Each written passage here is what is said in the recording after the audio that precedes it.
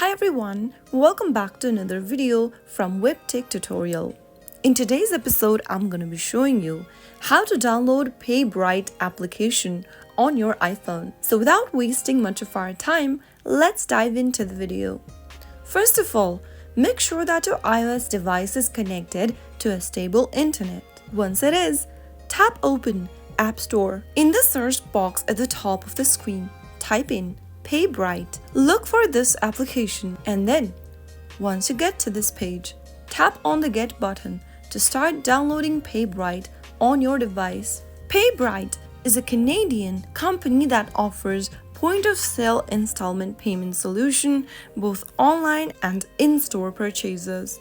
It is a buy now, pay later service which allows its customers to split their purchases into affordable monthly installments, often with no interest or fees. Once you download the application, you can launch it open on your device and start by creating a new account or log into an existing one.